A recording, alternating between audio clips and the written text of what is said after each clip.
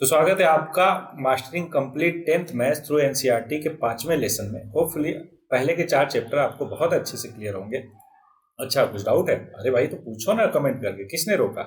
Hopefully आपने clear कर लिया होगा पूछ के। तो आगे बढ़ते हैं एवरीबॉडी। अगर ये पहली बार आप इस सीरीज में कोई भी वीडियो देख रहे हो तो ये कुछ डिटेल मेरे बारे में आप देख सकते हो, पढ़ सकते हो आराम से। ठीक है, पढ़ लिया, आगे बढ़ जाए। Very good. अगर ज्यादा इंटरेस्टिंग लगे तो पॉज करके आराम से पढ़ लेना, कोई टेंशन नहीं। आगे बढ़ते हैं एवरीबॉडी। जैसा कि आप सभी को पता है कि आज का टॉपिक है हमारा अरिथमेटिक प्रोग्रेशन। होपफुली आप कॉपी कलम लेकर बैठे हो, तो स्टार्ट करते हैं अरिथमेटिक प्रोग्रेशन से। ठीक है, तो ये सब छोटी छोटी चीजें बोलना क्या है, कैसे, मतलब आपने रियल लाइफ में, चल मैं ही समझा देता हूँ। ओके, ये बेसिक चीजें हैं। ठीक है, मैं ही समझा देता हूँ everybody। देखो, क्या है कि आपने लाइफ में देखा होगा कि बहुत सारी जगह पैटर्न दिखता है आपको। क्या दिखता है? पैटर्न। जैसे रोड पे जा रहे हो, है ना, तो वो जो साइन बोर्ड लगा होता है उसका पैटर्न, और जो लिखा रहता है कि इतना किलोमीटर बाकी है या फिर ये इतना किलोमीटर है ना, उसका भी एक फिक्स इंटरवल के बाद ही आता है, राइट। तो वो भी एक काइंड ऑफ पैटर्न हो गया। पत्तियों पे देखो, अगर कोई लीव्स लो, पत्ते लो, तो उस पे भी देखो एक अजीब सा डिजाइन बना होता है, उसमें भी एक पैटर्न होता है। कहने का मतलब यह है कि अगर आप ऑब्जर्व करो तो आपको बहुत जगह रियल लाइफ में पैटर्न दिखेगा। अब उन्हीं पैटर्न को मैथ की भाषा में हम सीक्वेंस बोलते हैं। क्या बोलते हैं? सीक्वेंस। अब बात आती है, लेकिन सर हम पढ़ रहे हैं अरिथमेटिक प्रोग्रेशन, तो उस पर क्यों ना बात किया जाए? एवरीबॉडी करेंगे, डोंट वरी। पहले सीक्वेंस आप समझ गए क्या? Very good. अब सीक्वेंस में क्या होता है, जैसे मैंने कहा कि 2, 5, 8, 11 एंड सो ऑन। ये क्या हो गया? एक स्पेसिफिक सीक्वेंस हो गया जिसमें एक पैटर्न होगा अगर आप ऑब्जर्व करोगे तो जैसे ही आपने ऑब्जर्व किया, बिल्कुल मिल गया आपको पैटर्न कि सर +3 +3 +3 हो रहा, मतलब कि हर एक अगले आने वाले टर्म में पिछले वाले से +3 ज्यादा है। मतलब क्या हुआ? टर्म किसको मैंने बोला? इन सब चीजों को। ये पहला टर्म पहली जगह पे है, इसलिए यहां से स्टार्ट हो रहा है, इसलिए पहला। उसके बाद आ रहा है, इसलिए दूसरा टर्म, फिर तीसरा टर्म एंड चौथा टर्म।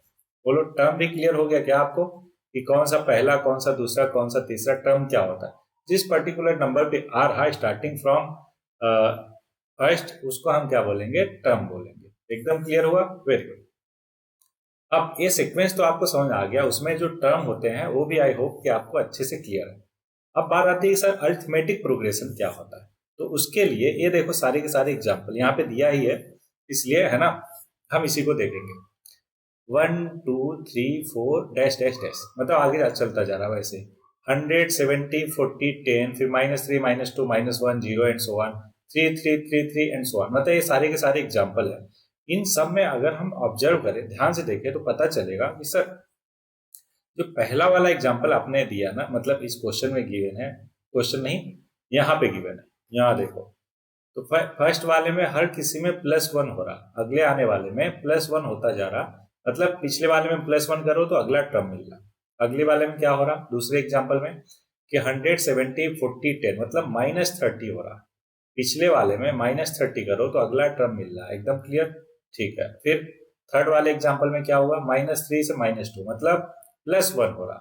+1 हुआ, फिर +1 हुआ, फिर +1 हुआ। एकदम क्लियर हो रहा है क्या एवरीबॉडी? यहाँ पे देखो, 3 3 3 3, सब में कितना गैप है? बोलोगे सर 3 में +0 करो, फिर 3 में +0 करो। कहने का मतलब +0 करने पर, है ना, हमें अगला टर्म मिल रहा है। सेम मैनर में पांचवें एग्जाम्पल में एवरीबॉडी -1.5, -0.5 ऐड कर रहे हो तो हमें अगला टर्म मिल रहा है। कहने का मतलब ये है कि हर किसी में एक कांस्टेंट टर्म ऐड हो रहा या सब्ट्रैक्ट हो रहा, मतलब ऐड ही हो रहा, समझो, ऐड ही हो रहा बस। अब इस कांस्टेंट टर्म को कॉमन डिफरेंस बोलते हैं। चलो, अब क्या करता, मैं इसको व्हाइट बोर्ड पे समझा देता हूँ, ध्यान समझिएगा। मैंने कहा कि एक हमने सीक्वेंस देखा, जैसे 3 5 7 9 एंड सो ऑन। अब इसमें हमने समझ लिया है कि सर देखो, एक कोई सीक्वेंस है। अब इस सीक्वेंस में फर्स्ट टर्म क्या हुआ, इसको हम क्या बोलेंगे? First term. और इसको रिप्रेजेंट कैसे करेंगे? A1 से। ये क्या हुआ? फिर दूसरे पर आ रहा तो इसलिए second term, then third term and then fourth term. एकदम आसान चीज। Very good. और बाकी जो आगे आता जाएगा, वैसे ही fifth term, six term and so on. एकदम क्लियर हुआ? गुड। अब यहाँ पर अगर हमने देखा ध्यान से कि A1 -A2 -A1 किया हमने, क्या? अगले में से पिछले वाले को माइनस किया, सक्सीडिंग में से प्रीसीडिंग को माइनस किया, 2 आया। सेम मैनर में A3 माइनस A2 जब किया तो 7 माइनस 5 करके भी 2 आया, और A4 माइनस A3 किया तो यहाँ पे भी देखिए 9 माइनस 7 किया तो 2 आया।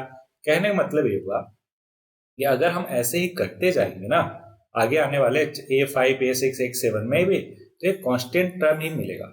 ओके, तो ऐसी सीरीज, ऐसी सीक्वेंस जिसमें एक फिक्स नंबर ऐड होता जा रहा हर प्रीसीडिंग टर्म में, सक्सीडिंग टर्म में कंपेयर टू प्रीसीडिंग, उसको हम क्या कहेंगे? एपी कहेंगे, अरिथमेटिक प्रोग्रेशन। क्लियर हुआ क्या? उस कांस्टेंट या फिक्स नंबर को हम कॉमन डिफरेंस बोलेंगे। एवरीबॉडी क्या बोलेंगे? Common difference. इतना क्लियर हुआ क्या आपको? यहाँ पे देखो, इस सीरीज के लिए या फिर इस अरिथमेटिक प्रोग्रेशन के लिए कॉमन डिफरेंस क्या होगा? कहोगे सर 2 प्लस हो रहा सब में, इसलिए 2 हो जाएगा। फर्स्ट टर्म पता चल गया आपको, इसका 3 होगा। फर्स्ट टर्म क्या होगा? 3 होगा। कॉमन डिफरेंस को डी से रिप्रेजेंट करेंगे एवरीबॉडी, तो डी कितना हो जाएगा? 2। और फर्स्ट टर्म जिससे हमारा ये सीरीज स्टार्ट हो रहा वो क्या हो गया? 3। बोलो यहां तक क्लियर हुआ क्या सब कुछ? Very good.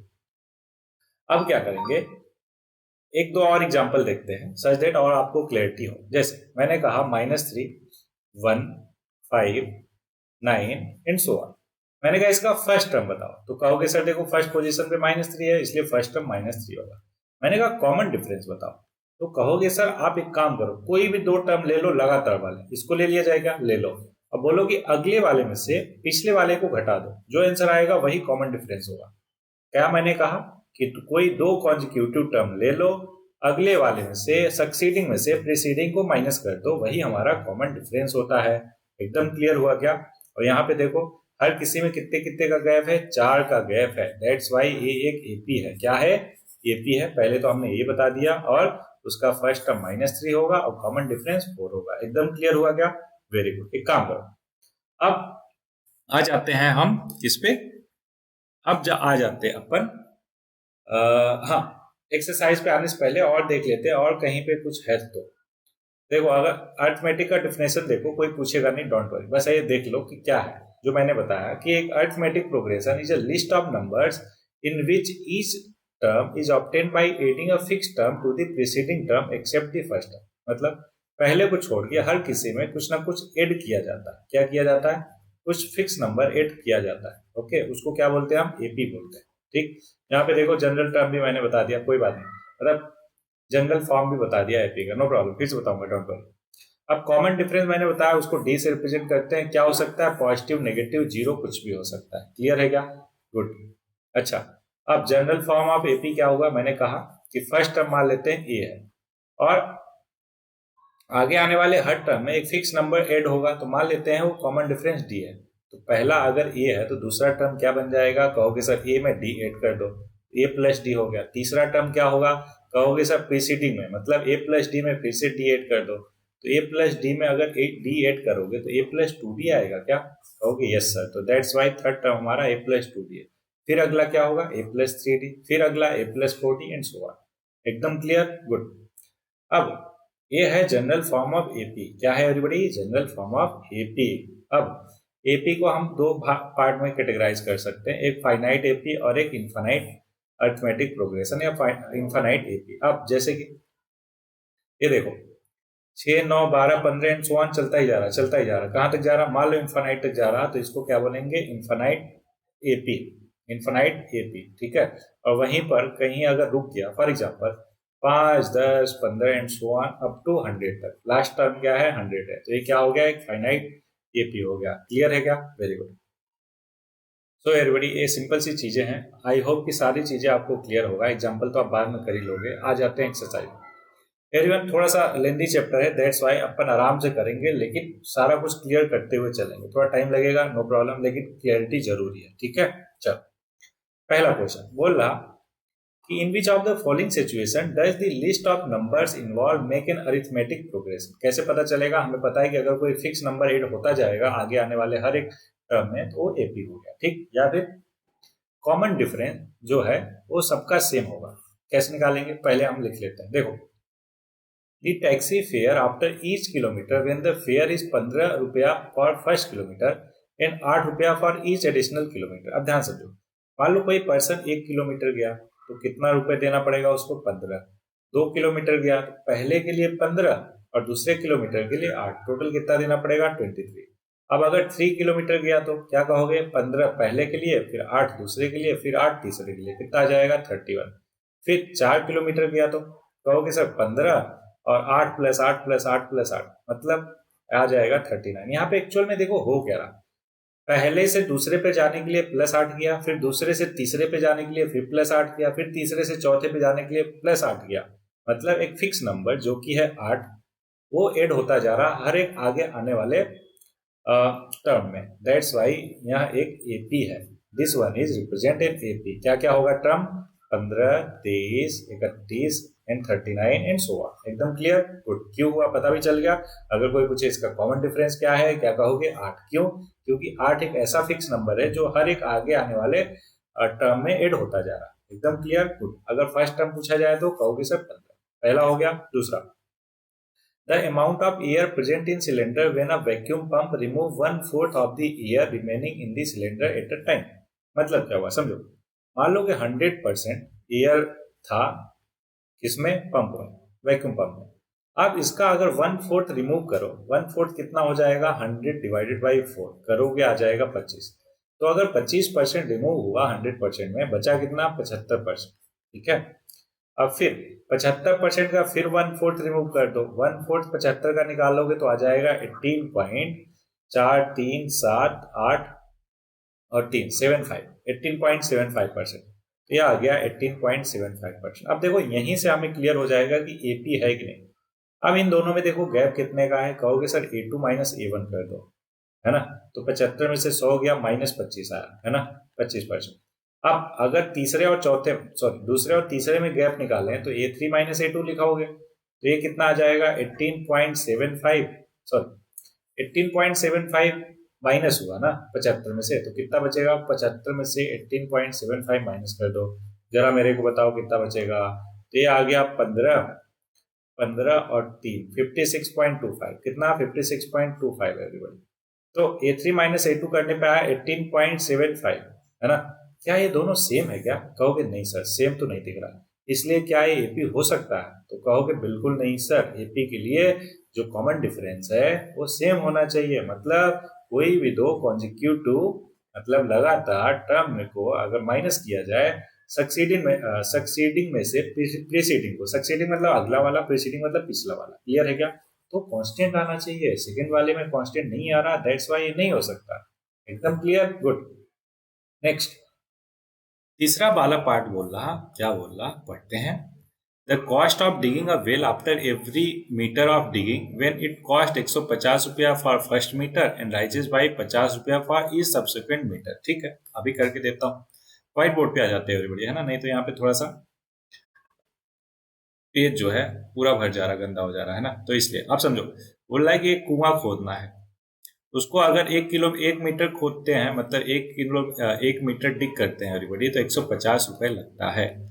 हर सब्सिक्वेंट मीटर के लिए 50 रुपये एडिशनल हो जाता है। मतलब अगर कोई 2 मीटर डिग करेगा तो 150 रुपया पहले मीटर के लिए और 50 रुपये दूसरे के लिए। एकदम क्लियर हुआ क्या? बोलोगे यस सर।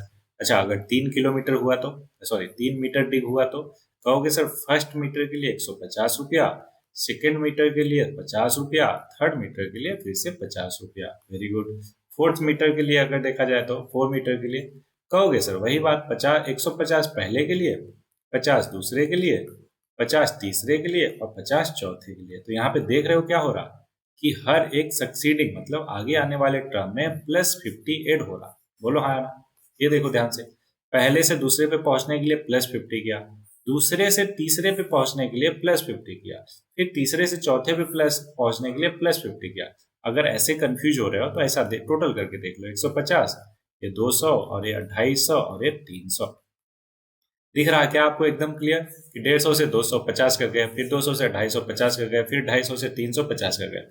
मतलब गैप कांस्टेंट है और वो इक्वल है, दैट्स वाई क्या हो गया? एपी में हो गया। एकदम क्लियर? गुड। चौथा, the amount of money in account every year when 10,000 is deposit eight compound interest eight 8% per annum. अब इस क्वेश्चन को ध्यान से समझिएगा।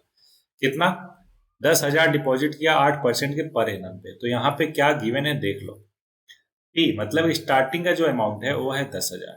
ठीक है, एक साल बाद जो अमाउंट होगा उसको हम मान लेते हैं P1 और 2 साल बाद जो होगा P2 और 3 साल बाद जो होगा P3। हमारा P1 और P2 ही निकालने से काम हो जाएगा एवरीबॉडी, डोंट वरी, है ना। ये देखो ध्यान से, अगर हम P1 की बात करें, है ना, तो P1 क्या हो जाएगा, P into R into T. एक साल बाद देख रहे हैं इसलिए 1/100, यही तो होता है, बोलो हाँ ना। तो वैल्यू रख दो, तो ये 10,000 और रेट कितना है 8% इंटू 1/100 कितना आ जाएगा, 2 जीरो से 2 जीरो गया, ये आ गया 800, कितना 800। ध्यान रहे कि ये क्या है, इंटरेस्ट आया। तो P1 क्या हो जाएगा, P1 हो जाएगा एवरीवन P प्लस इंटरेस्ट। क्या, यहाँ पे इसको आई लिख देते हैं, और P1 हो जाएगा P प्लस इंटरेस्ट। तो इंटरेस्ट आया 800, 10,800, ये हो जाएगा आंसर 10,800। पहले मतलब एक ईयर के एंड में जो टोटल अमाउंट हो जाएगा वो कितना हो जाएगा, 10,800। सेम वे में अगर P2 निकालना चाहें तो हमें पहले I2 निकालना पड़ेगा। I2 क्या है, इंटरेस्ट फॉर सेकेंड ईयर। तो ये कैसे निकालेंगे, P1 इंटू आर इंटू 1/100। 1 क्यों लिखा, क्योंकि एक ही साल के लिए ना, एक साल से लेकर दूसरे साल तक, मतलब टोटल एक साल ही हुआ ड्यूरेशन, है ना। अब P1 देखो कितना है, 10,800 इंटू 8 इंटू 1/100। देखो 2 जीरो से 2 जीरो गया, अभी बन जाएगा 864। अब ध्यान से समझो, I2 आया, तो इसी तरीके से P2 हमारा क्या हो जाएगा, कहोगे सर P1 प्लस I2 हो जाएगा। तो 10,800 प्लस 864, अगर हमने प्लस किया तो 8 8 16, 11,664, है ना। 11,664 रुपीज हो जाएगा P2 की वैल्यू। क्लियर हुआ क्या। अब ध्यान से समझो एवरीबॉडी, हमें ये देखने के लिए कि ये एपी बना रहा है कि नहीं, हमने पहले किया P1 माइनस पी और P2 माइनस P1। तो P1 माइनस पी किया तो 800 आएगा, P2 माइनस P1 किया तो 864 आएगा। क्या दोनों इक्वल आ रहे हैं क्या हरिवन, कहोगे नहीं, तो इसलिए एपी हो सकता है क्या, बिल्कुल नहीं हो सकता। तो इस तरीके से हमने पहले के चारों पार्ट कर दिया। देखो ये स्टेटमेंट वाले थे, दैट्स वाई मैंने पूरा का पूरा आपको बताया शुरू से लेकर अंतिम तक, ठीक है। होपफुली आपको एक एक चीज क्लियर होगा। चलो आगे बढ़ते हैं। आप देखो इस पूरे एक्सरसाइज में बाकी क्वेश्चन बहुत ही ज्यादा आसान है। देखो दूसरा क्वेश्चन क्या बोला, write 4 term of AP when the first term A and the common difference D are given as following. कितना आसान, ये हमें पता है कितना 10 और डी कितना है 10। तो 10 में मतलब फर्स्ट टर्म में 10 प्लस करते जाओ, तो 10 में 10 करोगे 20, 20 में 10 करो 30, 30 में 10 करो 40, ऐसे करके कितने भी टर्म लिख सकते हो। फिलहाल के लिए हमें फर्स्ट 4 बोला था, इसलिए हम यहीं पे रुक जाएंगे, बाकी डैश डैश डैश कर देना, ठीक। अगला देखो -2 और डी कितना है 0, तो -2 पहले लिख लो, फिर उसमें 0 ऐड करो, -2 ही रहेगा, फिर इसमें 0 ऐड करो, -2 ही रहेगा, फिर इसी में 0 प्लस करो, -2 ही रहेगा। ये आ गया आंसर सेकंड पार्ट का। क्या इसी तरीके से थर्ड और फोर्थ कर लोगे आराम से, वेरी गुड। फोर्थ वाला पॉइंट है तो मैं समझा देता हूँ, ध्यान दीजिएगा। यहाँ पे फर्स्ट टर्म लिखोगे क्या, -1.25, सेकेंड टर्म इन दोनों को प्लस करो, मतलब प्लस डी करो, तो ये बन जाएगा -1.50, इन दोनों को प्लस करोगे, फिर से प्लस करो -1.75, फिर प्लस करो -2.00। ये फर्स्ट चार टर्म आ गए, बोलो हाँ ना। अच्छा ऐसे समझो ना, दोनों में माइनस है, इसलिए माइनस थोड़ी देर के लिए साइड कर दो, ठीक है। अब 1.25 में 0.25 ऐड करते जाओ, तो पहले 1.25, फिर 0.25 ऐड किया तो 1.50, फिर 1.75, फिर 2.00। होपफुली आपने उद्गम सीरीज में बेसिक चीजें, क्या कौन सा बेसिक चीज, कि addition, subtraction, multiplication, division of decimal, integer, fraction, वो सारा कुछ आपने सीखा हो, बेसिक में आपको दिक्कत ना हो। अगर फिर भी बेसिक में कहीं भी दिक्कत है ना, so I recommend you to watch Udgam series, जो कि आपको इसी चैनल पे मिल जाएगा। आपका बेसिक इतना अच्छे से क्लियर हो जाएगा कि दोबारा आपको बेसिक में कभी प्रॉब्लम होगी ही नहीं। इतना बेसिक से मैंने उसको करवाया है, ठीक है। चलो थर्ड क्वेश्चन बोला कि for following APs right the first term and the common difference. कितना आसान, फर्स्ट टर्म 3, कॉमन डिफरेंस अगले में से पिछले वाले को माइनस कर दो, तो 1 - 3 करने पे आ गया -2, तो कॉमन डिफरेंस हो गया -2 और फर्स्ट टर्म हो गया 3। ऐसे ही कोई भी निकाल सकते हो क्या, वेरी गुड। अच्छा इसको अगर करना हो तो मैंने क्या बताया था, फर्स्ट टर्म हो गया 1/3 और कॉमन डिफरेंस क्या होगा, अगले में से कोई भी 2 कॉन्जिक्यूटिव टर्म लो, अगले वाले में से पिछले वाले को सब्ट्रैक्ट कर दो, तो ये 4/3 आंसर आ जाएगा। एकदम क्लियर, गुड। इसमें अगर देखना हो तो फर्स्ट टर्म है 0.6 और कॉमन डिफरेंस कोई भी 2 टर्म ले लो, चलो ये 2 कॉन्जिक्यूटिव टर्म ले लिया, 3.9 - 2.8, है ना। इतना करने पे कितना आ जाएगा, 1.1 आ जाएगा क्या, तो हमारा आंसर हो गया क्या, कॉमन डिफरेंस। एकदम क्लियर, तीसरा वाला भी। चौथे पे आ जाते हैं। चौथा क्वेश्चन बोल रहा है which of the following are AP. AP के लिए मैंने क्या बताया कि जो फिक्स नंबर ऐड हो रहा वो सब में सेम होना चाहिए, ठीक है, तो उसको हम एपी बोलेंगे। बोला कि अगर they form AP find the common difference and right three more term. अब ध्यान समझो पहला वाला, 2 4 8 16 क्या हो रहा है यहाँ पे, यहाँ पे +2 का गैप, फिर +4 का गैप, फिर +8 का गैप। तो बताओ कि फिक्स नंबर है क्या? बोलोगे नहीं सर, यहाँ पे तो 2 4 8 ऐसा हो रहा, तो फिक्स नंबर नहीं है, दैट्स वाई यहाँ एक एपी नहीं है। Clear, good. दूसरा देखो, 2 फिर 2.5 फिर 3 फिर 3.5 एंड सो ऑन। क्या हो रहा, आधा आधा ऐड हो रहा सब में, आधा मतलब हाफ, तो इसलिए इसका फर्स्ट टर्म हो गया 2 और कॉमन डिफरेंस हो गया 1/2। बात आती है कि सर आपको तो पता चल गया है ना, हमें कैसे पता चलेगा? भाई इसको सॉल्व कर लो। कैसे? हमें पता है कि डी क्या होता है, A2 - A1। करके देखो क्या आएगा, 2.5 मतलब 5/2 में से 2 गया तो 1/2 ही तो आएगा। सेम वे में A3 - A2 करो तब भी 1/2 आएगा, A4 - A3 करो तो भी 1/2 ही आएगा। अच्छा, ये बोल रहा है कि फर्स्ट टर्म और कॉमन डिफरेंस बताने के साथ साथ हमें नेक्स्ट 3 टर्म भी बताना है। तो दूसरे में कैसे करोगे, ध्यान दीजिएगा। दूसरे में कैसे करोगे, ये आ गया हमारे पास फर्स्ट टर्म और कॉमन डिफरेंस है, तो कुछ भी निकाल सकते हो एवरीबॉडी। देखो ध्यान से, इसके अगले 3 टर्म चाहिए हमें ना, तो जो कॉमन डिफरेंस है उसको आप इस वाले में ऐड करो, तो 7/2 + 1/2 4 आ जाएगा। फिर 4 में +1/2 करो तो क्या आ जाएगा, 4.5। फिर 4.5 में +1/2 5 एंड सो ऑन। ठीक है, 3 ही टर्म पूछा था इसलिए यहीं तक रुक गए। एकदम क्लियर, गुड। सेम मैनर में इसको कर सकते हैं क्या? ये देखो क्या हो रहा, ये हो रहा -1.2 फिर -3.2 फिर -5.2। ये तो सीधे दिख रहा कि सर -2.0 का गैप है ना। तो -2.0 का गैप है तो फर्स्ट टर्म क्या हो गया, -1.2, कॉमन डिफरेंस हो गया -2.0 या 0.2 या -2.0। ये देखो 5 7, फिर अगला क्या हो जाएगा, -9.2, फिर -11.2, फिर -13.2। एकदम क्लियर क्या, नेक्स्ट 3 टर्म, गुड। अब मैं क्या करता हूँ, ऐसे बताने लगूंगा बहुत टाइम लग जाएगा एवरीबॉडी, तो डिफिकल्ट वाला मैं बताता हूँ, बाकी आसान वाले आप कर लेना, ठीक है। चलो, तो देखो ये भी हो गया, बता ही दिया मैंने। यहाँ पे देखो, यहाँ पे भी -4 का गैप, सॉरी +4 का गैप है, तो ये भी एपी है। यहाँ पे देखो +√2 +√2 +√2 हर किसी में एडिशन हो रहा है, तो ये भी क्या हो गया, एपी हो गया, और +√2 इसका कॉमन डिफरेंस हो गया। ये देखो यहाँ पे एक कॉमन डिफरेंस जो है कांस्टेंट नहीं है। कैसे नहीं है, मैं करके दिखा देता हूँ, ध्यान दीजिएगा, ध्यान दीजिएगा। क्वेश्चन नंबर 6 मतलब फोर्थ का 6 पार्ट। यहाँ पे देखो पहले और दूसरे को सब्ट्रैक्ट करो, तो A2 - A1 करो, क्या आ जाएगा, 0.22 -0.2। अच्छा, यहाँ पे जीरो मतलब एक ही डिजिट है तो एक डिजिट बढ़ा लो, किसने मना किया है। आंसर क्या है, 0.02 आया ना, वेरी गुड। अब A3 - A2 करो, तो ये हो जाएगा 0.222 -0.22। अब इनको माइनस करोगे तो लास्ट में यहाँ पे डिजिट नहीं है, बढ़ा लो, किसने मना किया है, तो ये आ जाएगा 0.002।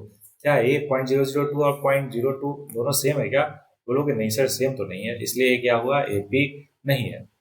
सेम मैनर में एवरीबॉडी 7वां 8वां आप कर सकते हो, बहुत आसान है, इसलिए हम आगे बढ़ जाएंगे। अब मुझे जो डिफिकल्ट लग रहा मैं उसको बता देता हूँ। देखो 1 3 9 27, इसमें 3 का मल्टीप्लाई हो रहा, मतलब +2 का गैप फिर +6 का गैप, नहीं होगा। अगला +A हो रहा, बिल्कुल होगा। अगला ए का मल्टीप्लाई हो रहा, ना कि एडिशन हो रहा, तो ये नहीं होगा। अगला ए वाला इंटरेस्टिंग चीज है, ध्यान दीजिएगा। पहला है √2, अगला जो √8 है तो क्या उसको हम 4 × 2 लिख सकते हैं? कहोगे यस सर लिख दो, क्या दिक्कत है। इसी तरीके से 18 को 9 × 2 लिख सकते हैं, बिल्कुल। 32 को 16 × 2 लिख सकते हैं, वेरी गुड। अब बोलोगे सर क्या फायदा हुआ लिखने का, एवरीवन ये देखो √2 और 4 × 2 क्या हो जाएगा, 4 का स्क्वायर रूट 2 बाहर आ जाएगा और √2 बाहर अंदर ही जाएगा। इसी तरीके से 9 का स्क्वायर रूट क्या होता है, 3 और √2 रह जाएगा। सेम मैनर में एवरीबॉडी 16 का स्क्वायर रूट 4 और √2 अंदर रह जाएगा। अब ध्यान से देखो हो क्या रहा, √2 2√2 3√2 4√2, मतलब हर किसी में +√2 ऐड हो रहा। कॉमन डिफरेंस हो गया +√2 और फर्स्ट टर्म हो गया √2, तो कोई भी टर्म निकाल सकते हो, वेरी गुड। अब सेम मैनर में 8वां वाला देखो, क्या ये हो सकता है क्या, क्या एपी है क्या, ये आपको बताना है, ठीक है। तो देखोगे करेक्ट आंसर तो नहीं आएगा। इसी तरीके से ये भी नहीं है। अच्छा, इसको आप देख सकते हो, कैसे देख सकते हो, 1 का स्क्वायर -3 का स्क्वायर, मतलब 1 9 25 49। ये देखो गैप सेम है क्या, कहोगे नहीं सर इसलिए नहीं होगा। और क्या ये होगा क्या, इसको देखो ध्यान से, 1 का स्क्वायर 1 5 का 25 7 का 49 और 73। अब देखो पहले दोनों में डिफरेंस 24 का, फिर तीसरे और दूसरे में डिफरेंस 24 का, फिर चौथे और तीसरे में डिफरेंस 24 का। क्या यहाँ पे इक्वल है क्या? Very good. तो कहोगे कि यस सर ये एपी है। और अगले 3 टर्म क्या होगा? 73 में प्लस 24 करो, आ गया 4 3 7 9 97।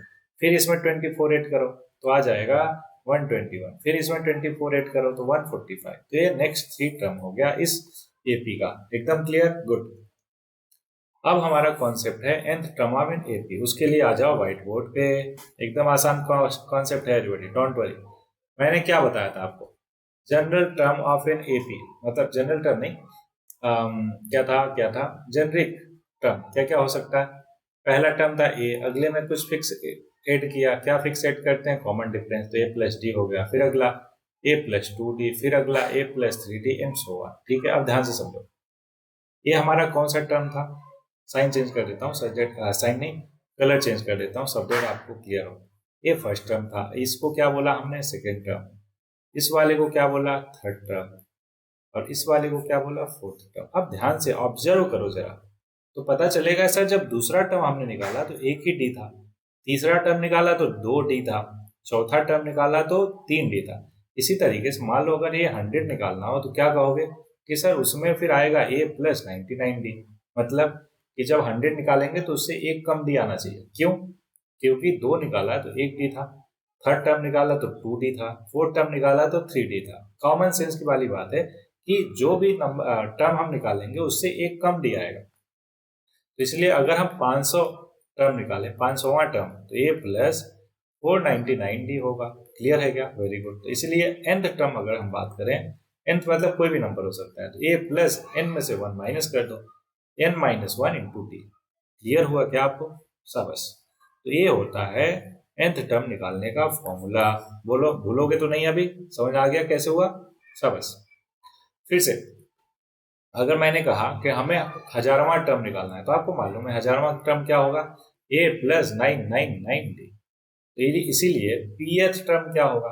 कहोगे सर जस्ट आप p टर्म निकाल लो, उसमें से -1 कर दो। क्लियर है क्या? शाबाश।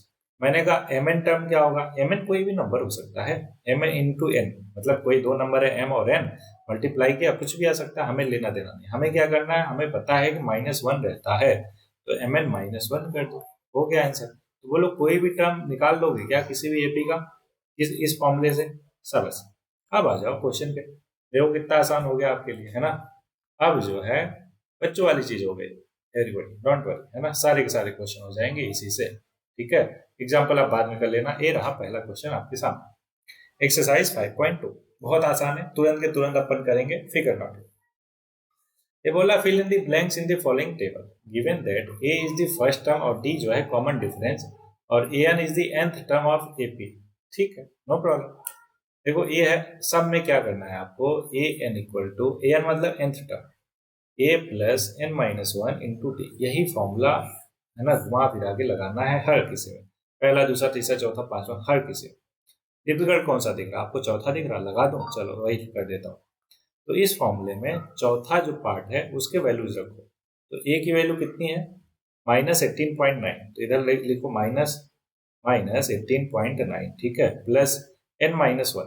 तो n की वैल्यू नहीं पता, तो n-1 कर दो इंटू डी। डी देखो चौथे में कितना है? 2.5, तो इंटू 2.5 कर दो। अच्छा ए एन लेफ्ट साइड में क्या है? ए एन, इधर ए एन कितना है? 3.6। बस इसको सिंप्लीफाई कर लो, 3.6। और ये देखो -18.9 को इधर लाओगे तो प्लस हो जाएगा, तो ये हो गया प्लस 18.9। अब इधर क्या बचा? n-1 और ये 2.5 बचा। Very good. अब ये देखो इन दोनों को सिंप्लीफाई करोगे तो 9 6 15, 18 3 21, 22, कितना? 22.5। और इधर क्या हो जाएगा? n.1 2.5। अब n-1 निकालने के लिए 2.5 को उधर भेज दो, तो 22.5 डिवाइड बाई 2.5। देखो पॉइंट के बाद एक डिजिट हट जाएगा पॉइंट, तो ऊपर बचा 225, नीचे बचा 25। 25 9 जा कितना होता है? 225। तो यहाँ से सिंप्लीफाई करके n क्या हो जाएगा? 9 प्लस 1 आ गया 10, तो वैल्यू आ जाएगी 10। एवरीबॉडी क्या सारे पार्ट ऐसे ही कर लोगे क्या आसानी से? आप बोलो आया ना? कर लोगे ना? सब। चलो एक और बता दो, चलो मैं एक और बता देता हूँ। तो ये थर्ड वाला पार्ट मैं बता देता हूँ, क्योंकि ये भी डिफिकल्ट लग रहा है, नेगेटिव आ जाता है तो आप लोगों के लिए डिफिकल्ट हो जाता है ना। एक्चुअल वो ज्यादा आसान होता है। देखो ध्यान से, पहले का थर्ड, तो इधर आ जाते व्हाइट बोर्ड पे, पहले का थर्ड आपको समझा देता, डोंट वरी डोंट वरी, पहले का थर्ड, पहले का थर्ड क्या क्या बोल रहा, पहले ऐसे लिख लेंगे गिवन, ठीक है, गिवन। अब क्या क्या गिवन है देख लेते हैं। थर्ड में ए पूछा है, डी है -3, 18 -5, डी है -3 और 18, कुछ तो है 18 फिर है -5, ठीक है, ये आई थिंक ए एन है, डी हो गया तो ए एन हो गया, और ए की वैल्यू नहीं पता। वी नो, हम क्या जानते हैं कि nth term of an A P a n को हम लिख सकते हैं a plus n-1 into d, value उठा के रख दीजिए।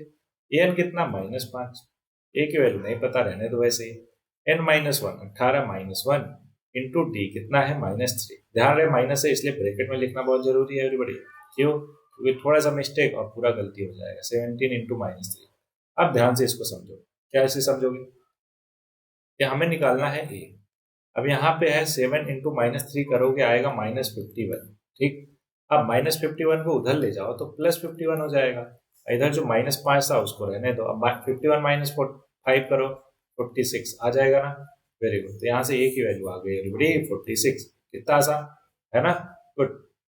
क्वेश्चन नंबर 2, बोला choose the correct choice in the given following and justify, बोला 30th term of the AP, कितना आसान, फर्स्ट टर्म दिख रहा क्या क्या 10, कॉमन डिफरेंस दिख रहा क्या, कहोगे सर अगले वाले में से पिछले वाले को माइनस कर दो, आ गया -3, तो 30th टर्म मतलब ए 30 क्या हो जाएगा, उसके लिए एन की वैल्यू एवरीबॉडी 30, बाकी ए पता है, डी पता है, एन पता है, उठा के रख दो, ए प्लस n-1 इंटू डी, ए की वैल्यू कितना 10 प्लस n-1 30-1 इंटू डी की वैल्यू कितना -3, ध्यान रहे माइनस है इसलिए ब्रैकेट में, आप सिंप्लीफाई करो एवरीबॉडी 10 और ये माइनस 29 इंटू 3 87, ठीक, माइनस क्या 77 माइनस में आ गया आंसर किसकी 30th टर्म की -77, ऑप्शन सी।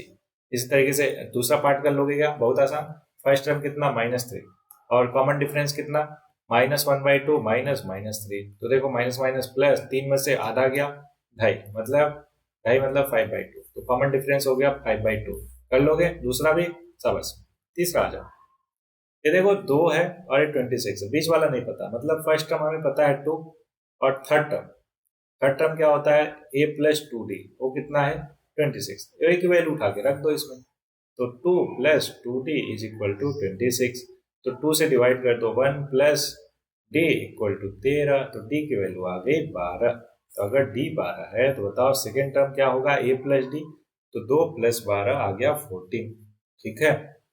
अब यहाँ पे पक रही है थोड़ी सी खिचड़ी, क्यों, क्योंकि इतना सारा यहीं पे मैं लिख दे रहा, होपफुली आपको समझ में आ रहा होगा, ठीक है। चलो एवरीबॉडी, ये हो गया हमारा थर्ड का फर्स्ट, क्या इसी तरीके से बाकी पार्ट नहीं कर लोगे क्या, बोलोगे सर आसानी से कर लेंगे। अब जो डिफिकल्ट वाला है वो मैं बता देता हूँ, देखो एपी में अगर आपके पास फर्स्ट टर्म और कॉमन डिफरेंस आ गया ना तो आप कुछ भी कर सकते हो, कुछ भी का मतलब, अरे भाई कोई भी टाइप का क्वेश्चन सॉल्व कर सकते हो, ठीक है। चलो दिखाता हूँ आपको कैसे, ये देखो क्वेश्चन नंबर 5 डिफिकल्ट लग रहा है आपको, अभी करके देता हूँ, देखो ये फर्स्ट टर्म हो गया, सेकंड टर्म, फर्स्ट टर्म हमें नहीं पता लेकिन सेकंड पता है, सेकंड टर्म को हम जनरल फॉर्म में क्या लिखते हैं a प्लस डी, कितना है 38, और अगला first term, second term, third term, fourth term, fifth term और सिक्स टर्म, -22 क्या है सिक्स टर्म क्या हो जाएगा a plus n-1 into D, कितना -22, ये आ गया a प्लस 5d, ये कितना आ गया -22। अब मेरे को बताओ कि क्या थर्ड चैप्टर में linear equation, pair of linear equation in two variable को इतना बढ़िया से मैंने सॉल्व कराना नहीं सिखाया, एलिमिनेशन, सब्स्टिट्यूशन, है ना, और ग्राफिकल कितने सारे तरीके से, तो क्या आप कर लोगे क्या इन दोनों इक्वेशन को सॉल्व। चलो आपके लिए मैं डायरेक्ट कर देता हूँ, इक्वेशन 2 माइनस इक्वेशन 1 कर दो, तो देखो a से a कट जाएगा, 5d में से d गया, और इधर -22 -38, तो आ गया -60, और इधर आ गया 4d, तो d की वैल्यू आ जाएगी -15 एवरीबॉडी। अब d पता है आपको तो मालूम ही है, d की वैल्यू उठा के फर्स्ट इक्वेशन में रख दो, तो a आ गया 38 माइनस d, माइनस कितना -15, तो माइनस माइनस प्लस 53 हो गया, ठीक है, बस फर्स्ट टर्म हो गया 53, फिर -15 करते जाओ, 38 फिर -15 करो, 23 आ जाएगा, फिर -15 करो, 8 आ जाएगा, फिर -15 करो, -7 आ जाएगा, फिर -15 करो, -22 आ जाएगा, बोलो हाँ, बस एकदम आसान, सबस। अब चौथा वाला क्वेश्चन देखो। चौथा क्वेश्चन क्या बोल रहा, विच टर्म ऑफ एन एपी इतना इज 78, हमें नहीं पता है ना, हम निकाल देंगे। कैसे निकालोगे समझो ध्यान से, आ जाओ व्हाइट बोर्ड पे, है ना। क्वेश्चन नंबर चौथा, चौथा क्वेश्चन नंबर 4 क्या बोल रहा, क्वेश्चन नंबर 4 लिख लेते हैं एक बार अच्छे से। बोला 3 8 13 18 dash dash dash 78, 3 8 13 18 dash dash dash 78। बोला कि कौन सा टर्म इसका 78 है, हमें नहीं पता। यहाँ पे गिवन, अभी अगर हम देखें तो फर्स्ट टर्म कितना दिख रहा, 3। कॉमन डिफरेंस कितना दिख रहा, अरे अगले में से पिछले वाले को माइनस कर दो, 5 आ गया।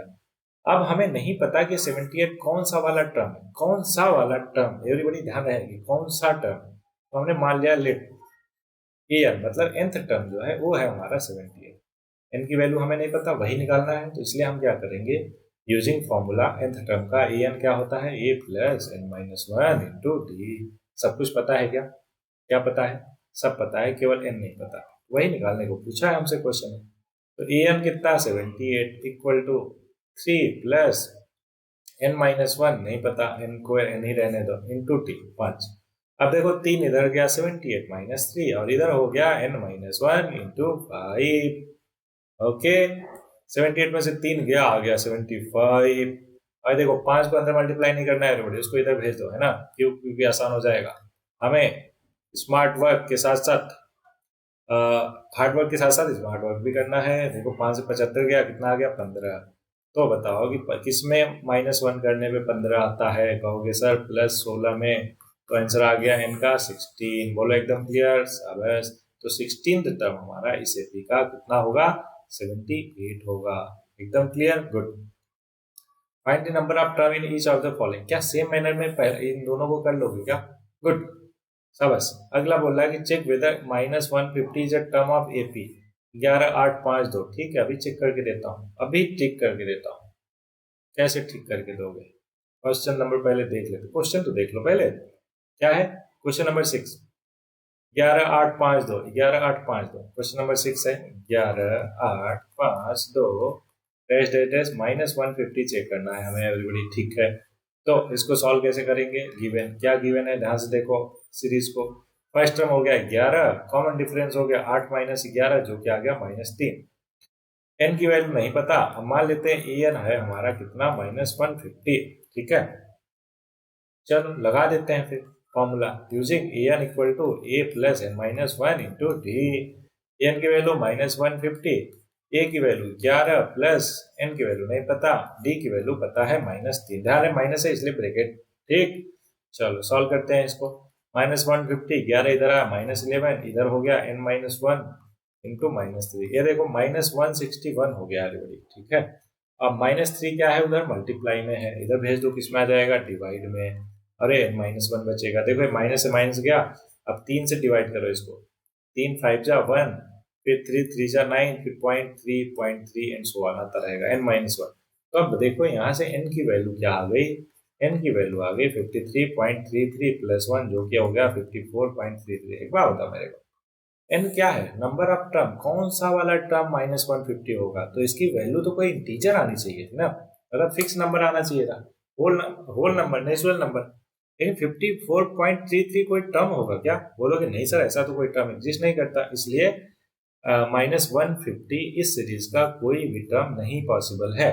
दूसरा तरीका समझो, मैं बोलूं कि हमारे पास 1 3 5 7 9 11, ठीक है, कितने टर्म हुए, 3 3 6 टर्म हुए। मैंने कहा 5.5वां टर्म बताओ कौन सा होगा, तो आप बोलोगे क्या बात करते हो सर, कैसे निकाल लेंगे 5.5वां टर्म, है ना। यहाँ पे तो नंबर कोई होगा ना, मतलब जो नंबर आप जो आप टर्म बोल रहे हो वो कोई फिक्स होगा, 5वां टर्म, 6वां टर्म, 10वां टर्म ऐसे करके। लेकिन 5.5वां टर्म ये तो कोई तुक नहीं बना। दैट्स व्हाई एवरीबॉडी, जब n की वैल्यू फ्रैक्शन में आए तो हम कहेंगे, फ्रैक्शन या डेसिमल में आए तो हम कहेंगे कि सच value of n is not possible, मतलब ऐसा कोई टर्म एग्जिस्ट नहीं करता इस सीरीज में। एकदम क्लियर, गुड। तो पूछा था चेक करो, तो हमने चेक कर लिया कि ये इसका इस सीरीज का पार्ट नहीं है, टर्म नहीं है। एकदम क्लियर, गुड। चलो नेक्स्ट क्वेश्चन पे आते हैं। क्वेश्चन नंबर 7 क्या बोल रहा, पूछ रहा कि find the 31st term of an AP whose 11 term is इतना और 16 टर्म इज इतना। देखो 11 टर्म क्या होता है, कहोगे सर a प्लस 11 - 1d होता है। वेरी गुड, कितना है 38। सिंप्लीफाई करो एवरीबॉडी, ये बन जाएगा a प्लस 10d, क्या बोलोगे, हाँ सर 38 हो गया। इक्वेशन 1 मान लेते हैं। सेम मैनर में 16 टर्म कैसे निकालते हैं, a plus 16 - 1d। Very good, ये कितना गिवन है 73। अब इसको सिंप्लीफाई किया तो a plus 15d equal to 73 हो गया, इक्वेशन 2 हो गया। अब पहला इक्वेशन और दूसरा इक्वेशन बच्चों वाला चीज बन गया क्या, दो इक्वेशन दो अननोन, सॉल्व कर लोगे क्या, बिल्कुल। क्यों, क्योंकि third chapter pair of linear equation in two variable बहुत अच्छे से हमने किया है, राइट। और अगर आप इन दोनों इक्वेशन को सॉल्व भी नहीं कर पा रहे हो ना, इसका मतलब कि आपको थर्ड चैप्टर फिर से देखने की जरूरत है, उसको जाओ देख के आओ, सो दैट प्रॉब्लम ना हो आपको टू वेरिएबल को सॉल्व करने में। ठीक है, सातवां हो गया। आठवां, आठवां बताने से पहले मैं क्या करता, पहले थोड़ा सा इसको है ना रब कर लेता, सो दैट आपको क्लियर दिखे हर एक चीज। नहीं तो बोलोगे सर कंफ्यूजन बढ़ रही है ना। लेकिन कंफ्यूजन नहीं बढ़ाना है एवरीबॉडी, क्लैरिटी लाना है। उसी मेन पर्पज हमारे लेक्चर का यही है।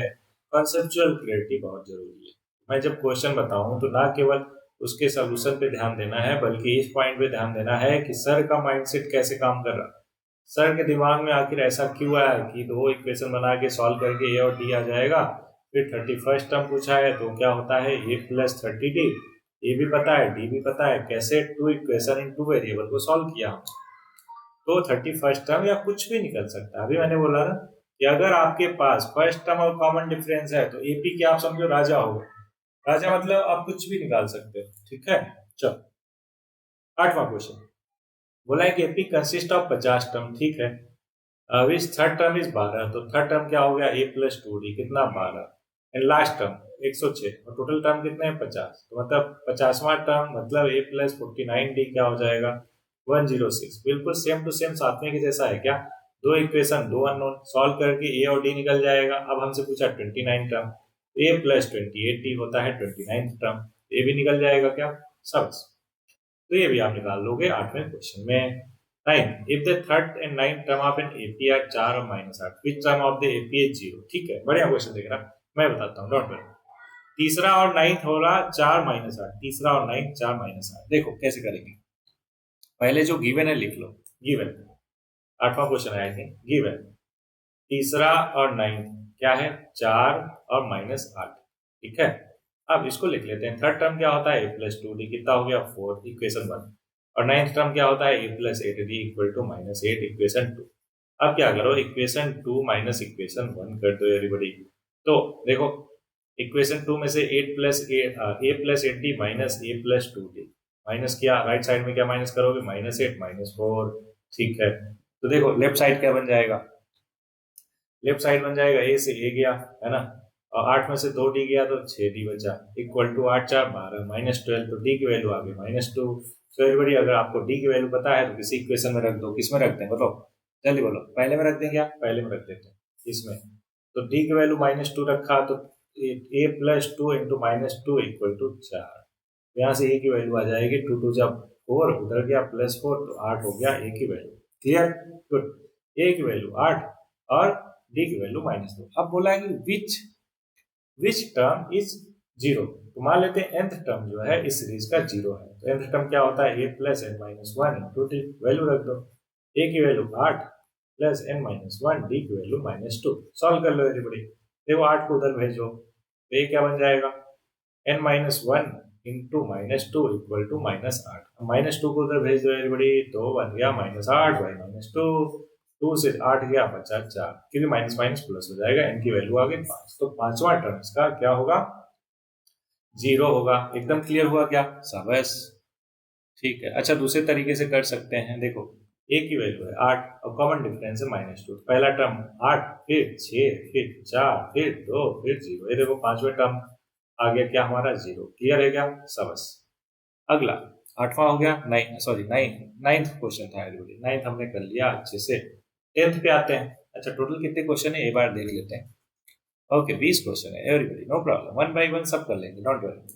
17 term of an AP exceed it 10 term by 7, ये बोल रहा कि an A 17 minus A 10 equal to 7, find common difference. देखो ए 17 क्या होता है ए प्लस 16d, और ए 10 क्या होता है a plus 9d equal to 7। ये देखो ए से ए गया, 16 में से 9 गया 7, तो 7d इक्वल टू 7, तो d की वैल्यू आ गई 1। एकदम आसान, गुड। तो होपफुली ये छोटे छोटे क्वेश्चन आप कर लोगे, है ना। तो इसलिए मैं जस्ट हिंट बताता चल रहा हूँ, आप उसको आराम से कर लेना। जो डिफिकल्ट दिखेगा मैं खुद ही बता दूंगा, डोंट वरी अबाउट इट। बोला which term of this will be 132 more than its 54 term. अब ध्यान समझो, बोला कि 132 मोर देन 54th टर्म। तो इस पर्टिकुलर एपी का मान लेते हैं nth टर्म जो होगा वो 132 मोर होगा। मोर मतलब प्लस, किससे? 54th टर्म से। क्या अभी n निकाल सकते हो क्या? एक क्वेश्चन मैंने बना दिया तो निकाल दोगे? नहीं नहीं नहीं सर, थोड़ा सा और बताओ, थोड़ा सा और बताओ। अरे बिल्कुल बता देते हैं। ए एन क्या हो जाएगा? a plus N minus one into D, और 132 और a 54 क्या हो जाएगा एवरीबॉडी? a plus 53d। बोलो एकदम क्लियर? यस। a से a गया, बिना वैल्यू रखे अपन क्लियर कर देंगे। अब यहाँ पे देखो n माइनस वन डी, और उस वाले को डी वाले को इधर ले आओ, तो -53d इज इक्वल टू 132। अच्छा सर, वैल्यू भी तो रख सकते थे। अरे बिल्कुल रख सकते थे, लेकिन हम थोड़ा सा आसान वाला तरीका फॉलो करते हैं। देखो डी जो है कॉमन ले लो, तो ये बचा क्या? n-54 और -1 54 हो जाएगा, 53 -1 54 हो जाएगा, और इधर 132। अब डी देखो क्या है, 15 में से 3 गया 12, तो डी को उधर भेज दो। तो 132 डिवाइडेड बाई 12 क्या आ जाएगा एवरीबॉडी? 11। Very good. तो 11 -54 करोगे, +54 करोगे, क्योंकि उधर जाके प्लस हो जाएगा, तो 65 आ जाएगा। तो 65th term of this AP will be 132 more than its 54th term। एकदम क्लियर? गुड। चलो आगे बढ़ते हैं एवरीबॉडी, थोड़ा मिटा लेते हैं। होपफुली आपको 11th क्वेश्चन तक कोई भी प्रॉब्लम नहीं होगा। और यहाँ इसी पे, मतलब इसी पेज पे बता रहा हूँ, तो एक एक चीज आपको क्लियर हो रहा होगा। आपको दोनों फॉलो करना है, क्या? जो मैं लिख रहा हूँ और जो मैं बोल रहा हूँ, ठीक है। मेरा ये मानना है कि आप थोड़े समझदार स्टूडेंट हो, क्योंकि बेसिक से एकदम क्लियर कराते हुए आ रहा हूँ मैं, है ना। तो एक एक चीज आपको समझ आ रहा होगा अच्छे से, और समझने के साथ साथ मजे भी आ रहे होंगे, है ना। मजेदार वे में हम पढ़ कर रहे हैं धीरे धीरे। अच्छा, मजेदार वे से याद आया, कैरेक्टर डेवलपमेंट में दो चीजें होती है, फंडामेंटल वैल्यूज और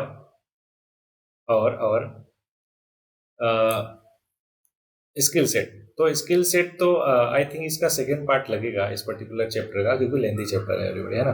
एक ही चैप्टर में निपटाने की कोशिश करेंगे तो हो सकता है कि उतना अच्छे से आपको समझ नहीं आए, और कोई फायदा नहीं होगा फिर लेक्चर बनाने का। क्यों? क्योंकि मेन पर्पज तो यही है ना कि क्लैरिटी आए, है कि नहीं। और अगर क्लैरिटी नहीं आएगी, जल्दबाजी करेंगे तो कोई मजा नहीं, इसलिए इसका सेकेंड पार्ट बना देंगे, डोंट वरी। ओके, चलो।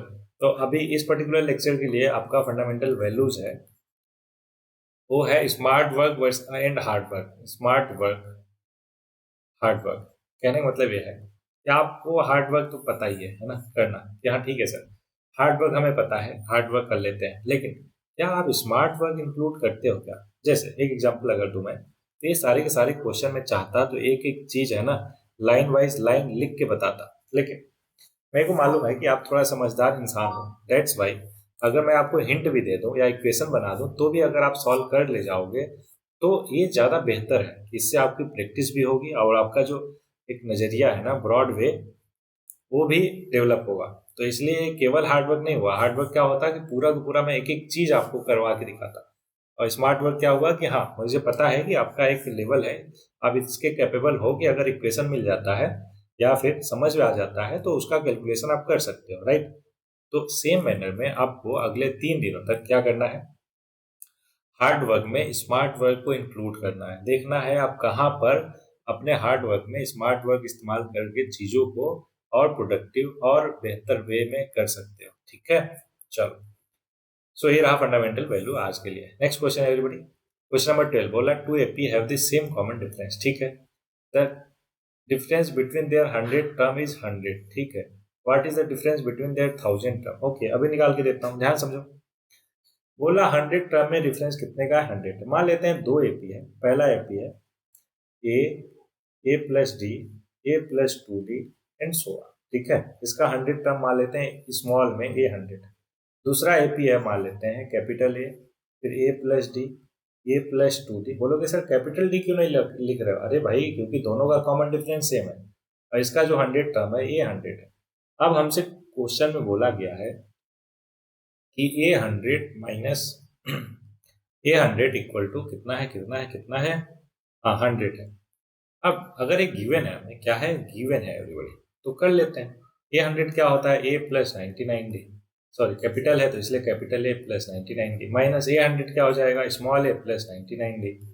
यहाँ पे देखो ध्यान से, 100 हुआ, 90 डी 99 डी कट जाएगा, कैपिटल ए माइनस स्मॉल ए आ गया कितना, 100। इसको आप थोड़ी देर के लिए क्वेश्चन 1 बना लो।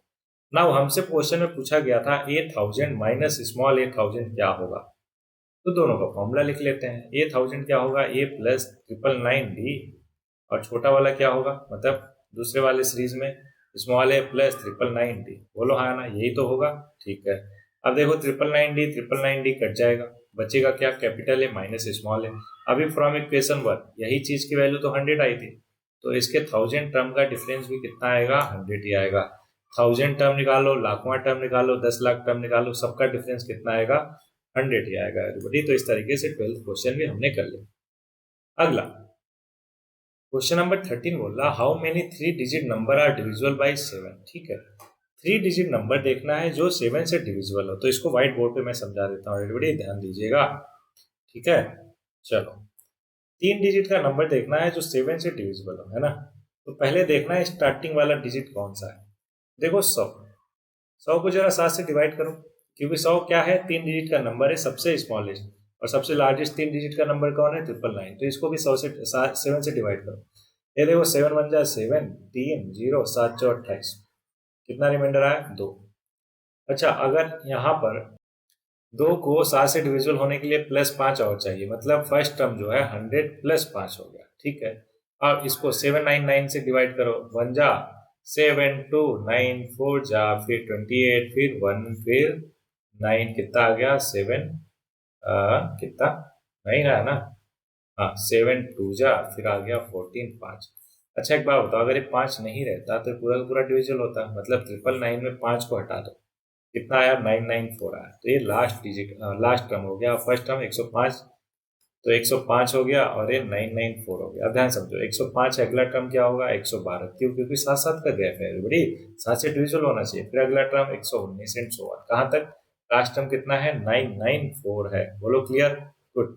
अब बोलो कि सर 994 कौन सा वाला टर्म, मतलब कितने नंबर आप टर्म पूछा है, तो n की वैल्यू पूछिए हमसे। ठीक है, फर्स्ट टर्म क्या है 105, कॉमन डिफरेंस क्या है 7, लास्ट टर्म मान लेते हैं nth टर्म जो है हमारा लास्ट टर्म है जो कि है 994, तो क्या en equal to A plus N minus D लगा सकते हो आप, बोलो, बिल्कुल लगा सकते हो, लगा दो फिर।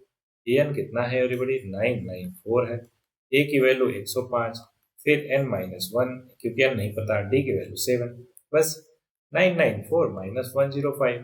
अब इधर कितना, n माइनस 1 इंटू डी, ये देखो 89 हुआ और ये 8 हुआ, इसमें डिवाइड करोगे 7 का, क्योंकि उधर 7 जो था वो मल्टीप्लाई में था, इधर आएगा डिवाइड हो जाएगा। तो ये देखो डिवाइड करो, 7 1 जा 7, 7 2 जा 7 7 जा, n माइनस 1, माइनस 1 इधर आएगा तो +1, 127 + 1 128, तो एवरीबॉडी n की वैल्यू आ जाएगी 128, एकदम क्लियर, गुड।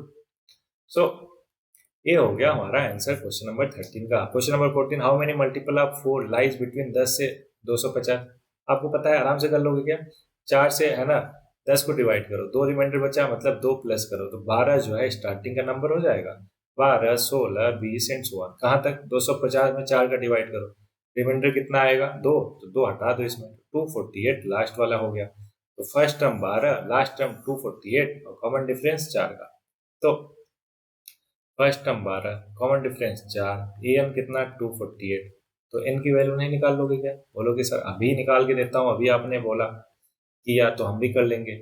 क्वेश्चन नंबर 15 अब देखो एवरीबॉडी, बोला what value of n are the nth term of 2 APs are equal. देखो मजेदार क्वेश्चन दिख रहा आपको, लेकिन है बहुत आसान, अभी करके देता हूँ। 63 65 67 और 3 10 17, 63 65 67, ओके ओके ओके, पहला है 63 65 67 और 3 10 17, ठीक है। मान लेते हैं nth टर्म दोनों का सेम है, कौन सा टर्म, nth टर्म, तो ए एन पहले वाले का सीरीज का मान लेते हैं कैपिटल, और इस दूसरे वाले सीरीज का स्मॉल, तो दोनों का nth टर्म मान लो सेम है, पूछा था कौन सा टर्म सेम है, मान लिया nth टर्म सेम है, तो दोनों में फॉर्मूला लगाओ, ये हो जाएगा a plus n minus 1 into D. अच्छा कैपिटल क्यों लिख रहे हो सर, भाई साहब क्योंकि लेफ्ट साइड में हमने कैपिटल माना है, सो दैट कंफ्यूजन ना बढ़े आपको, ठीक है। दोनों अलग अलग अपना सीरीज है। अब वैल्यू रखो। फर्स्ट वाले सीरीज के लिए देखो, कॉमन फर्स्ट टर्म क्या है 63, कॉमन डिफरेंस क्या है, वेरी गुड 2।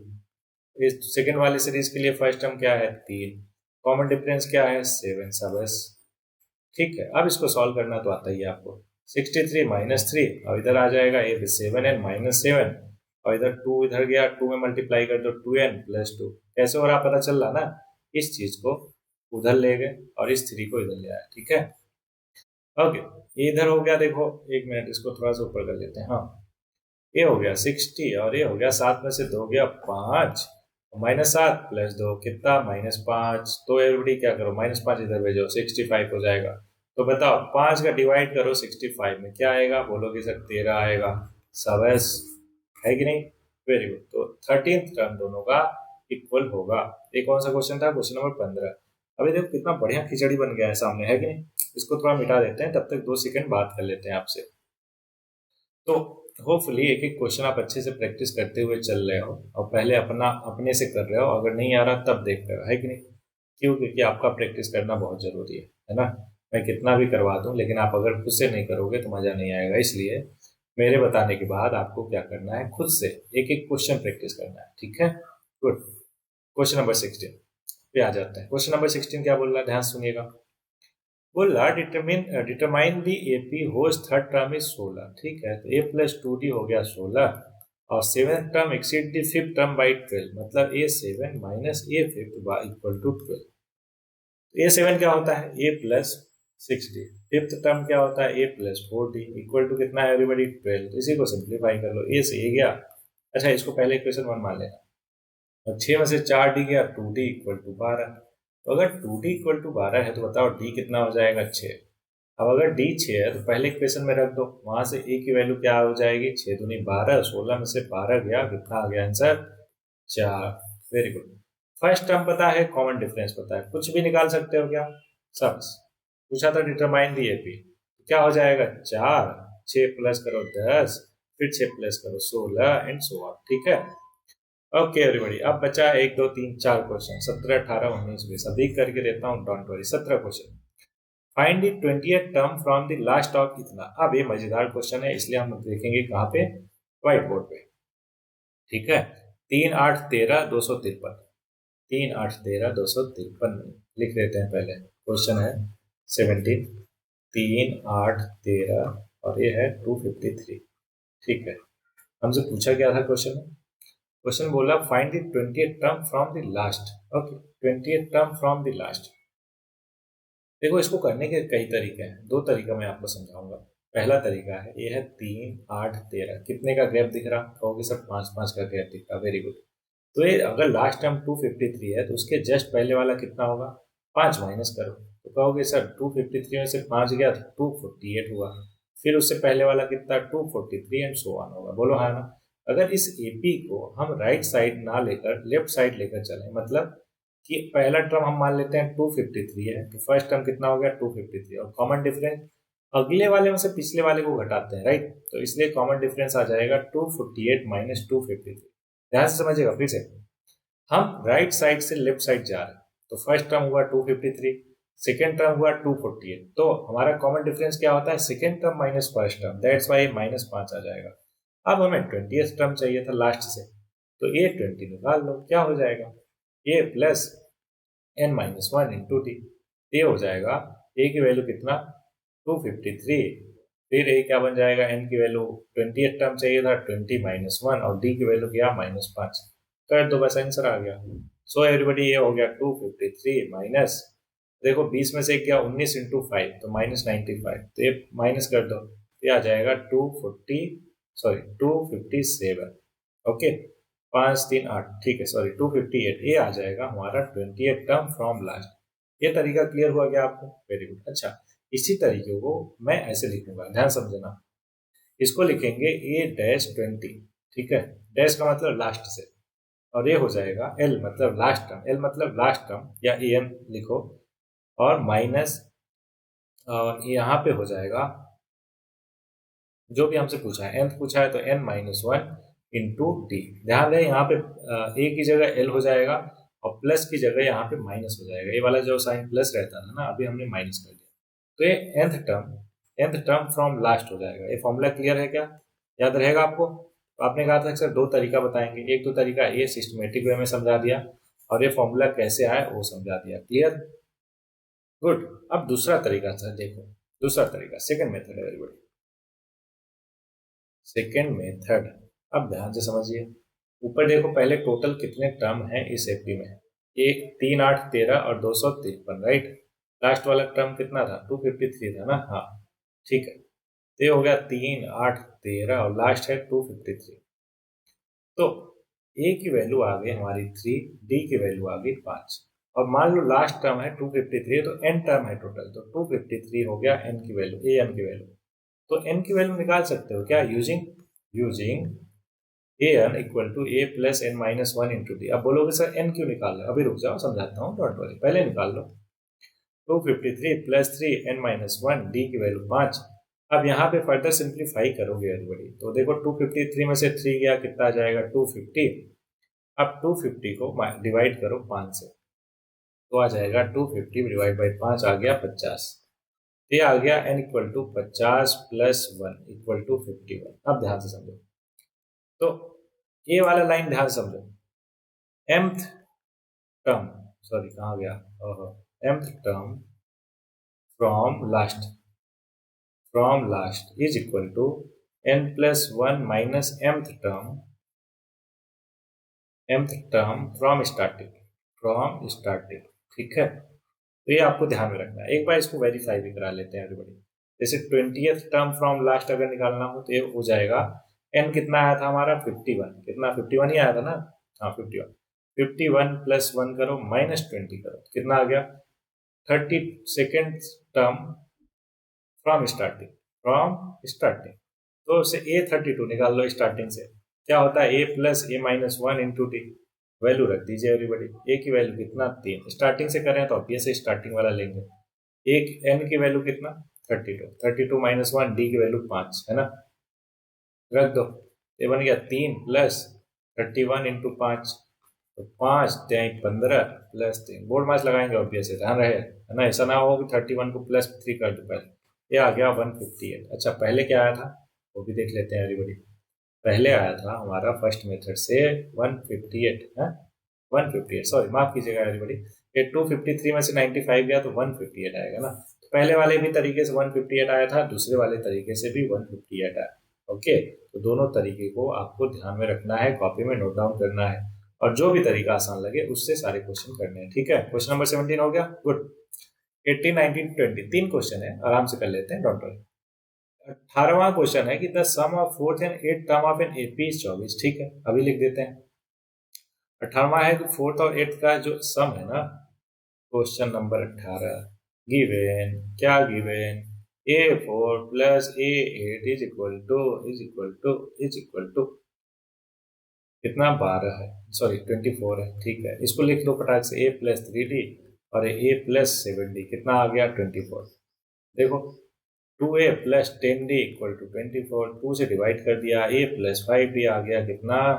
12। Equation number 1। ठीक है, आगे बोल रहा and the sum of 6 and 10 term is 44। ठीक है, सम ऑफ 6 और 10 टर्म, 6 और 10 का कितना सम है? 44। तो यहाँ पे फिर से लिख लेते हैं एवरीबॉडी। A6 प्लस A10 है 44। ओके, तो फिर से यहाँ पे देखो A प्लस 5D और यहाँ पे A plus 9D equal to कितना? 44। फिर से 2A plus 14D equal to 44। फिर A plus 7D is equal to 2 से डिवाइड किया, आ गया 22। इक्वेशन होगा 2। क्या A और 2, इक्वेशन 1 एंड 2 को सॉल्व करके A और D निकाल दोगे क्या? Very good. तो यहाँ से मैं डायरेक्ट कर देता हूँ, इक्वेशन 2 में माइनस किया इक्वेशन 1, तो लिख ही देता हूँ, चलो कोई बात नहीं। इक्वेशन 2 माइनस इक्वेशन 1, तो देखो बचेगा 2D और इधर आएगा 22 में से 12 गया 10, तो D की वैल्यू आ गई 5। तो अगर D की वैल्यू 5 है तो फ्रॉम इक्वेशन 2, तो A की वैल्यू क्या आ जाएगी? 5 7 35, 22 माइनस 35 आ गया माइनस 13। ठीक है, A की वैल्यू आ गई माइनस 30। ओके, तो A की वैल्यू आ गई माइनस 13। सबस आगे क्या बोला है क्वेश्चन में? A और D आ गया तो कुछ भी निकाल सकते हो, पता ही है। Find the first three term, तो A और D पता है, तो ये कितना है अभी बताओ, बताओ। ए की वैल्यू अभी आई कितना, -13 और दिया 5, तो -13, फिर 5 प्लस किया -8, फिर 5 प्लस किया -3, फिर 5 प्लस किया 2, फिर 5 प्लस किया 7 एंड सो ऑन। कितने भी टर्म लिख सकते हो, 3 ही हमें बोला था तो ये आ जाएगा 3। गुड, ये हो गया 18वां क्वेश्चन। 2 क्वेश्चन बचा 19 और 20, अभी करके देता हूं, उसके पहले मैं इसको थोड़ा मिटा देता हूं। होपफुली एक एक चीज बहुत अच्छे से आपका हो रहा है क्लियर, और मजे भी आ रहे होंगे क्वेश्चन करते टाइम। ठीक है, नहीं आ रहा, अरे भाई तो लाओ ना, किसने मना किया आपको मजे करने से। एवरीबॉडी, पढ़ाई में तभी मजा है जब उसमें मजे करके पढ़ो। क्या बात बोली मैंने, समझ आया कुछ? नहीं ना, हो जाता है ऐसा कभी कभी, मेरे को खुद नहीं समझ आता है ना। ओके, तो लाइक आपके साथ भी ऐसा होता होगा। ठीक है, चल 18वां हो गया, 19 वाले पे आता रहे। बोला कि सुब्बा राव, ठीक है, started work in 1995। Okay, annual salary उनकी 5,000 है और रिसीव एन इंक्रीमेंट ऑफ 200 रुपया हर साल। In which year his income reach कितना? एकदम आसान, मान लो कि nth ईयर में उनकी इनकम 7,000 हो गई, तो ईयर कितना हो जाएगा? 7,000। ठीक है, ये फर्स्ट टर्म क्या हो जाएगा? 5,000 से शुरुआत किया था, और कॉमन डिफरेंस हर साल कितने बढ़ रहा? 2,200 बढ़ रहा। तब बताओ कि क्या हम फॉर्मूला लगा देंगे, a N equal to A plus N minus one into d. यहाँ से एन निकाल लेंगे क्या? निकाल लोगे? मैं डायरेक्ट कर देता हूँ वैसे।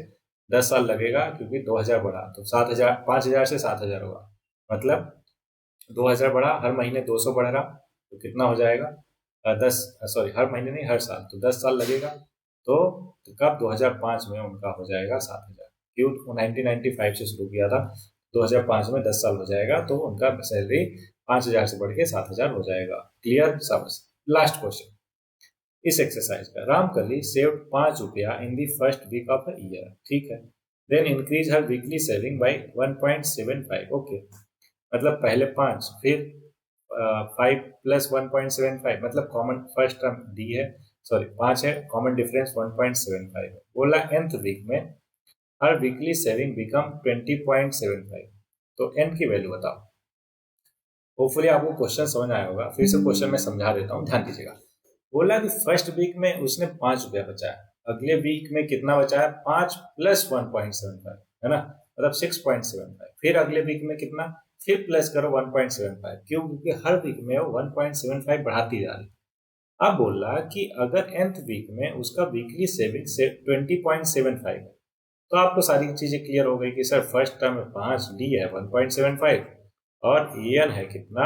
20.75। तो क्या आप एन नहीं निकाल लोगे? बोलोगे बिल्कुल निकाल लेंगे सर, वही तो करते आ रहे हैं शुरू से इस पूरे एक्सरसाइज में। बोलो हाँ ना। तो ये रहा क्वेश्चन एवरीबॉडी, इस पर्टिकुलर एक्सरसाइज का लास्ट वन। होपफुली आपको सारा कुछ बहुत अच्छे से क्लियर होगा। देखो, मैंने सोचा था एक लेक्चर में निपटाऊंगा, लेकिन 2 एक्सरसाइज करने में 1 घंटा 8 मिनट हो गया, है ना। तो अगर पूरा का पूरा अगर थर्ड एक्सरसाइज भी इसमें निपटाता तो बहुत टाइम लग जाता है, इसलिए थर्ड एक्सरसाइज को नेक्स्ट क्लास में करेंगे, मतलब पार्ट 2 में इसको कर देंगे। और क्योंकि नेक्स्ट जो हमारा एक्सरसाइज है जो ना, उसमें नंबर ऑफ क्वेश्चन भी बहुत ज्यादा है। ये देख लेते हैं, ये देखो कितने क्वेश्चन है इसमें। वाह वाह वाह वाह वाह, 20 क्वेश्चन तो ऐसे हैं एक्सरसाइज में, और बाकी 5 क्वेश्चन है किसमें? ऑप्शनल में। तो देखो एक्सरसाइज के क्वेश्चन में भले ही हिंट देके छोड़ दूं, लेकिन ऑप्शनल के एक एक क्वेश्चन में करवाता हूँ प्रॉपर। क्यों? क्योंकि वो अच्छे क्वेश्चन होते हैं एवरीबॉडी, और अच्छे क्वेश्चन को सॉल्व करने में ऑब्वियस है अलग ही मजा आता है। तो होपफुली ये फर्स्ट पार्ट आपका अरिथमेटिक प्रोग्रेशन का बहुत अच्छे से क्लियर होगा, और एक एक क्वेश्चन आपने सॉल्व किया होगा। ठीक है, तो आज का होमवर्क है, ध्यान दीजिएगा कि पहला और दूसरा एक्सरसाइज जितना भी अभी तक हमने किया है पहले और दूसरे एक्सरसाइज में, है ना, उन दोनों में क्या करना है आपको होमवर्क में कि एग्जाम्पल प्लस एक्सरसाइज पहला और दूसरा पूरा का पूरा करना है, देन एग्जाम्पलर के क्वेश्चन करने हैं। चलो एक काम करता हूँ, मैं अगला पार्ट भी आप अभी के अभी कंप्लीट कर लो, उसके बाद अगले 3 दिन का होमवर्क ये हो जाएगा। ठीक है, तो अगले पार्ट में ही मैं होमवर्क देता हूँ आपका अगले 3 दिनों के लिए। अभी के लिए रुक जाओ, अभी 1 घंटा हो गया, मुझे पता है 1 घंटा 10 मिनट, उस वो भी मोस्टली 40 मिनट या 1 घंटे का लेक्चर होगा। चलो कोई बात नहीं, एक दिन ज्यादा पढ़ लोगे तो कोई टेंशन, तो दिक्कत तो है नहीं ना, नहीं है ना। गुड, तो आ जाओ नेक्स्ट पार्ट में, उसको कंप्लीट करके फिर अपन बढ़ते हैं होमवर्क की तरफ। ठीक है, चलो आ जाओ फिर।